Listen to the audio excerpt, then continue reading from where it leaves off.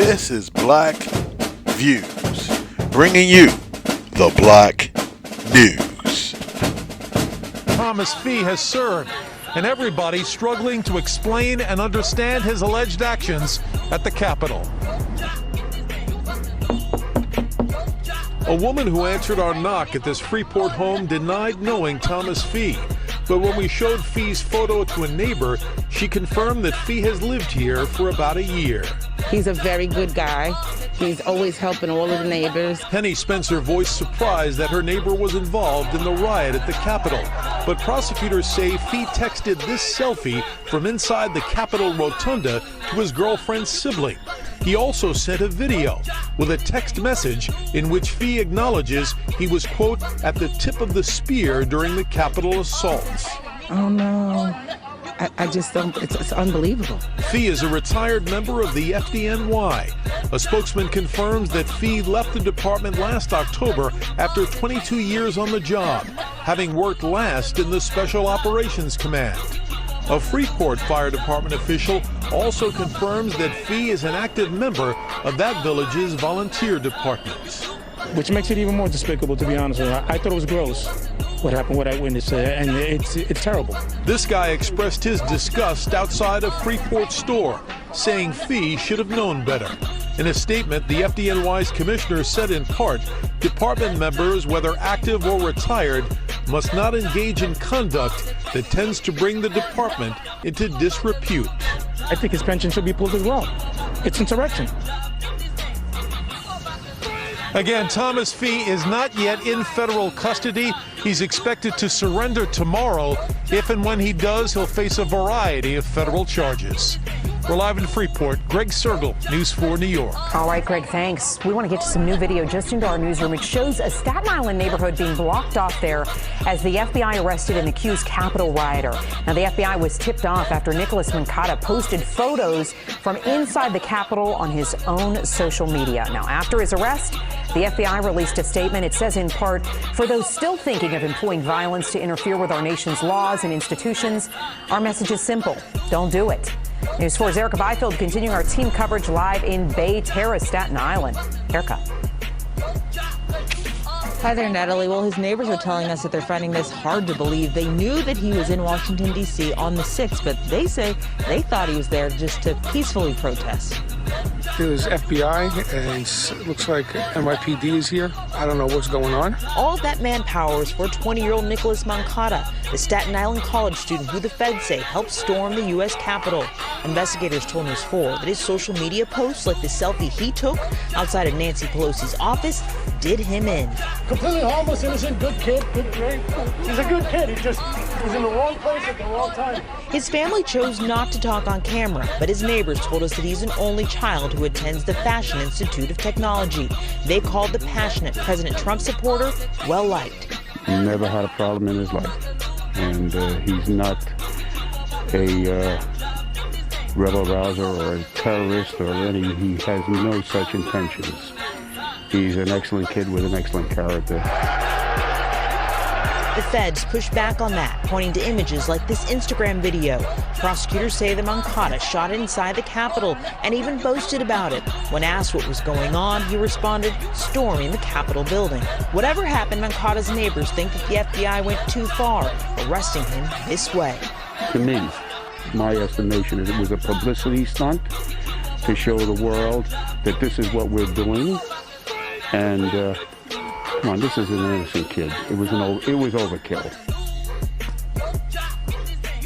Well, his attorney sent us this statement, the 20-year-old's attorney. It says Mr. Moncada denies any participation in an effort to overthrow the government, and he looks forward to defending his good name. We've also learned that the 20-year-old should face a judge tomorrow in Brooklyn Federal Court. Sometime tomorrow. We don't have the exact time at this point. Reporting live from Staten Island, Erica Byfield, News 4. Man is accused of using a hockey stick to go after officers and gain access to the building. Investigators identified Michael Foy through videos and pictures like these. Local 4 defender Sean Lay has been digging into Foy's background, and Sean, he was in the military.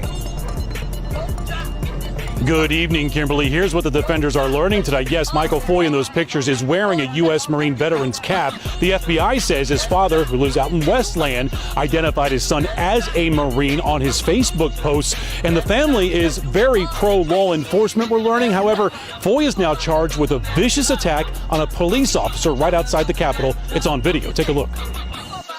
In this viral video taken during the Capitol chaos January 6th, there are 16 excruciating seconds of a man viciously beating a D.C. Metro police officer who was defenseless and on the ground. The FBI collecting photos from that day, searching for the identity of the man they called the hockey stick guy. Tips flowed in, and this morning the FBI moved in on this rented condo on Wixom Road in Wixom. The local 4 defenders obtaining this photo of the agents gathering outside. Inside, they found Michael Joseph Foy. Foy was charged with attacking the officer and entering the Capitol. This man watched the Wixom raid go down. I heard a bunch of people talking, and it was the FBI out here, everywhere. We showed him the video of the officer being beaten with that hockey stick.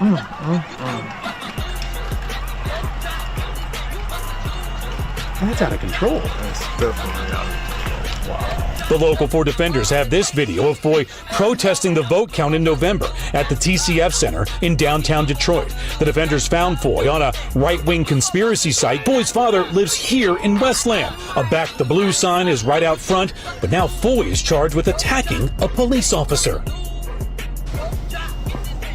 Foy in court late this afternoon in federal court, actually appearing on Zoom. He's being held in detention now.